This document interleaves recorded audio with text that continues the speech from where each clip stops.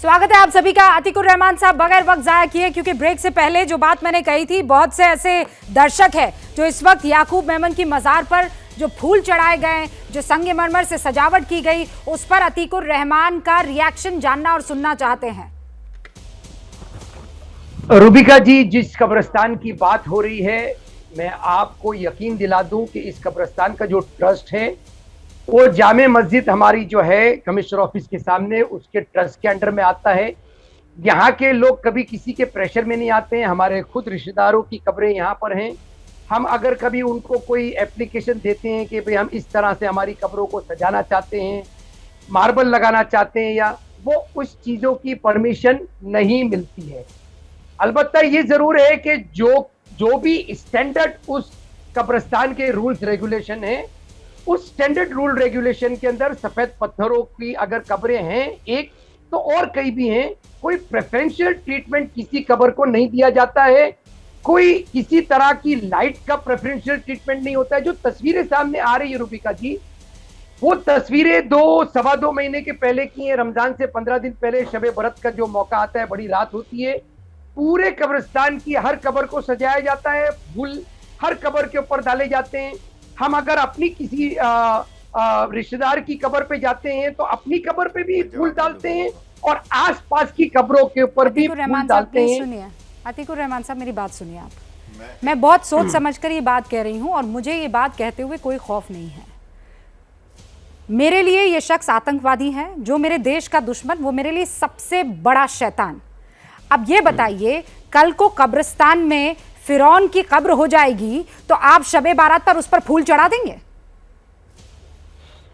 जी रूबिका जी, देखिए, बहुत पेचीदा आपका सवाल है। फिरौन की कब्र कैसे हो सकती है मैं नहीं जानता हूं, लेकिन अगर ये आप जानना चाहती हैं कि अगर एक आतंकवादी की कब्र है और पूरे कब्रिस्तान में और आसपास लोगों की कब्रें हैं, तो उस कब्र को वीरान किया जाए और आसपास। अतीकुर रहमान साहब, मेरे सवाल से इधर उधर मत कीजिए, बस ये बताइए। मैं आपको अच्छा, आप ये कहेंगे फिरौन की तो कब्र हो ही नहीं सकती है भाई, उसको तो पट्टी में लपेटा जाता है, फला फला दूसरी 10 चीजें हो सकती है, छोड़ दीजिए। मैं कह रही हूं उसी कब्रिस्तान में किसी शैतान की कब्र होगी तो आप फूल चढ़ाएंगे क्या? मेरे लिए याकूब मेमन शैतान है, वो हिंदुस्तान का दुश्मन है, वो मेरे लिए सबसे बड़ा शैतान है। मैं उसकी कब्र पर फूल नहीं चढ़ाऊंगी। आप चढ़ाएंगे? जिसने 257 लोगों का कत्ल किया हो, उसमें उसका सीधा सीधा हाथ हो, मास्टरमाइंड हो वो, क्या आप उसकी कब्र पर फूल चढ़ाएंगे? रूबिका जी, हम मुंबई वासियों ने आतंक देखा है 1993 का। हमारे लिए अगर कोई आतंकी सबसे बड़ा है तो वो टाइगर मेमन है। टाइगर मेमन जब तक गिरफ्तार नहीं होता है, उसको आप मेरे सवाल को आज नहीं उधर कर पाएंगे। आप बताइए, फूल चढ़ाएंगे कि नहीं चढ़ाएंगे? और आप अगर ये कहेंगे कि रूबिका मेरी जान को खतरा है, मैं इस तरीके के सवालों का जवाब देने से बचना चाहता हूं, सर मैं पास कर दूंगी। मैं आपकी बहुत इज्जत करती हूं और मैं आपको तकलीफ नहीं आने दूंगी। आप कह दीजिए मैं पास कर दूंगी, मैं आगे बढ़ जाऊंगी। आप इस शैतान की कब्र पर फूल चढ़ाएंगे कि नहीं? मैं नहीं चढ़ाऊंगी, कह रही हूं मैं। अगर शैतान की कब्र हमारे कब्रिस्तान में हो सकती होती तो मैं फूल चढ़ाता, क्योंकि सब कब्रों को हम बराबर की इज्जत देते हैं। ये देखिए आप, हम उसमें भेदभाव नहीं कर पाएंगे। हाँ, तो फिर कल को ऐसा कीजिए, इज्जत जाइए आप। एक सेकंड रूबिका जी, अतीकुर रहमान जी, इससे पहले भी मैं आपसे अर्ज कर चुका हूं कि आपने कहा किसी को प्रेफरेंशियल ट्रीटमेंट नहीं दिया जाता। यहाँ पे बात प्रेफरेंशियल ट्रीटमेंट की बात नहीं है, बात यह है कि जिसने 257 परिवारों को उजाड़ा, सिर्फ 257 लोगों को नहीं, 257 परिवारों को उजाड़ा, और इससे ज़्यादा जो घायल हुए उनकी संख्या मुझे मालूम नहीं है, उसके लिए कह रहे हैं कि कोई कर सकता है तो करे कोई। और वही वाली बात, मनीष दुबे वाली बात, क्या कि मरने के बाद सारी बुराइयां खत्म, मैं हर एक की कब्र पे जाकर के। ये डरते क्यों है? मुझे समझ में नहीं आ रहा है। सुजाता पांडे, किस बात का डर है? ये डर किस बात का? क्यों डर रहे हैं ये लोग? कौन डरा रहा है? रूबिका जी, एक सवाल है। सुजाता पांडे भी मुंबई में ही रहती है मेरे ख्याल से, if I am not wrong. एक सेकंड अतीक भाई, एक सेकंड। सुजाता पांडे, आप भी मुंबई में ही रहती है ना? जी जी जी, मैं भी उसी मुंबई में रहती हूँ जहाँ अतीकुर रहमान रहते हैं, और जहाँ वो इस बात को कहने से भी हट रहे थे कि वो शैतान की कब्र को चढ़ाएंगे, वे फूल कर चढ़ाएंगे कि नहीं चढ़ाएंगे। खैर, मुझे लगता है कि इस पैनल में सबने अपनी अपनी बात करी, लेकिन इस बात का जवाब किसी ने नहीं दिया कि क्या किसी आतंकवादी को ग्लोरीफाई करना सही है या गलत है।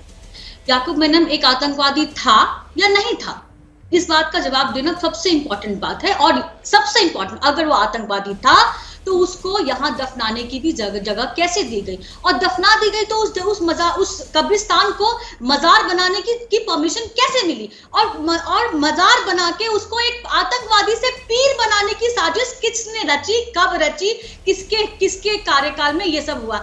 अभी तिवारी जी कह रहे थे कोरोना काल में तो बेस्ट सीएम का खिताब लेने के लिए उद्धव ठाकरे काफी आगे चल रहे थे। वहां बीएमसी को इस बात की भनक जरूर लग जाती है रूबिका जी की कंगना रनावत के ऑफिस का कौन सा भाग इलीगल था, लेकिन उनको ये खबर नहीं लगती कि किस तरह से एक आतंकवादी के कब्र को मजार बना दिया गया, और मजार बना के उसको सजा के इस तरह से पेश किया गया जैसे कि वो कोई कॉज के लिए मरा हो। जैसे कि अभी नेशनल कॉन्फ्रेंस में जो अब्दुल्ला के भाई हैं वो कह रहे थे कि he died for a cause. हालांकि ये तुष्टिकरण की राजनीति जो है ये कोई नई बात नहीं है। रूबिका जी, अगर आपको याद हो तो ये वही याकूब मेनन जिसके लिए मर्सी पिटीशन दी गई थी, जिसके लिए रात में सुप्रीम कोर्ट का दरवाजा खटखटाया गया था, जहां बड़े नामी गिरामी हस्तियां उन्होंने इस मर्सी पिटीशन को साइन किया था कि ये कह के कि इनको माफी दे दी जाए, और आज वो इस बात को मानने से इनकार नहीं करेंगे कि वो मानते थे कि याकूब मेनन निर्दोष है, जबकि उसके हाथों पे 250 से ज्यादा लोगों के खून थे, 1400 से ज्यादा लोगों कुछ कहना चाहते सुजाता पांडे, जो आप ये कह रही है ना, 2015 में किसकी सरकार थी सुजाता पांडे, किसकी सरकार थी 2015 में, बता सकती हैं आप मुझे? नहीं, वो शिवसेना और इनकी सरकार थी। इनकी किसकी? भाजपा की सरकार थी उन दोनों 2015 में। भाजपा के बोलने देना चाहिए। एक सेकंड, मैं किसी राजनीति दुबे जी एक सेकंड आप रुक जाइए।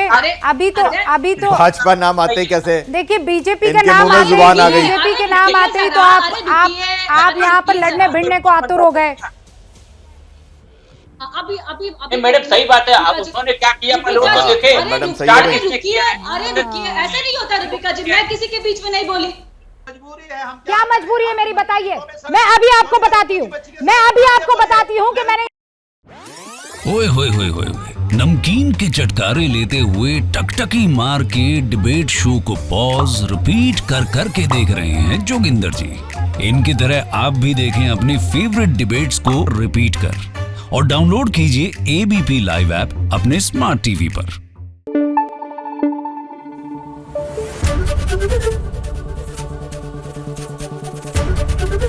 एबीपी न्यूज आपको रखे आगे।